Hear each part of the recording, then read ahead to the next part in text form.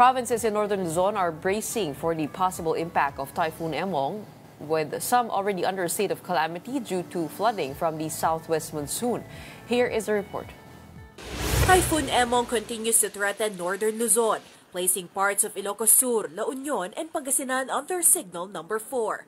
In Pangasinan, where Emong made landfall Thursday night, nearly 600,000 individuals, or more than 200,000 families, have been forced to evacuate.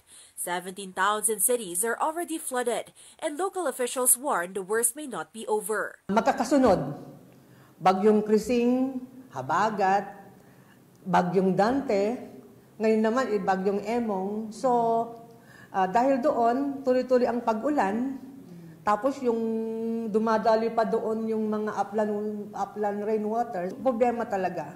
Catch basin kasi ang Pangasinan. In La Union, nearly 3 weeks of flooding have prompted the town of Bawang to declare a state of calamity. This allows the local government to access emergency funds and prevent price surges on goods. Many residents are anxious about the effects of the typhoon, including Jerry Padua, whose wife is a dialysis patient. Pagka nag-abiso ang barangay, talagang sunod ka. Lalo na nandito tayo sa tabing dagat. In Ilocos Sur, more than 10,000 residents have been evacuated as communities brace for the threat of a storm surge. In Barangay Mindoro, Vigan, over 300 residents, mostly those living near rivers and coastal areas, were moved early to safety. Kinakabahan talaga, sir, kasi ang liit-liit naman ng bahay namin. Saan kami matutulog? Wala na. Malapit na kami sa dagat po, malapit pa kami sa ilog. Kaya po pag nag-storm surge, kami po yung naunang na maapektuhan po.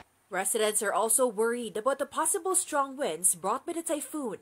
According to Ron Arquelada, head of Ilocos Sur PDRRMO, the province lacks natural wind barriers like Sierra Madre or Cordillera mountain ranges. Talagang ibibrace namin yung impact ng hangin kasi gagaling siya sa dagat na wala na ngayon yung Sierra Madre, Cordilleras na tumutulong para i-lessen yung impact ng hangin ngayon. Ang bagyo manggagaling sa west. Sanay na kasi kami sa bagyo nanggagaling sa east. Meanwhile, the entire province of Pampanga is also under a state of calamity due to widespread flooding. In Lubao, a section of the Santa Rita Dique is slowly collapsing, putting nearby homes at risk of falling into the river. Hindi lang natapos yan kasi that was the time na pasumpong-sumpong na yung pagulan. In Bacolor, much of Barangay Tinajero is submerged. The local government says it's now working on a long-term solution to a flooding problem that's persisted for decades.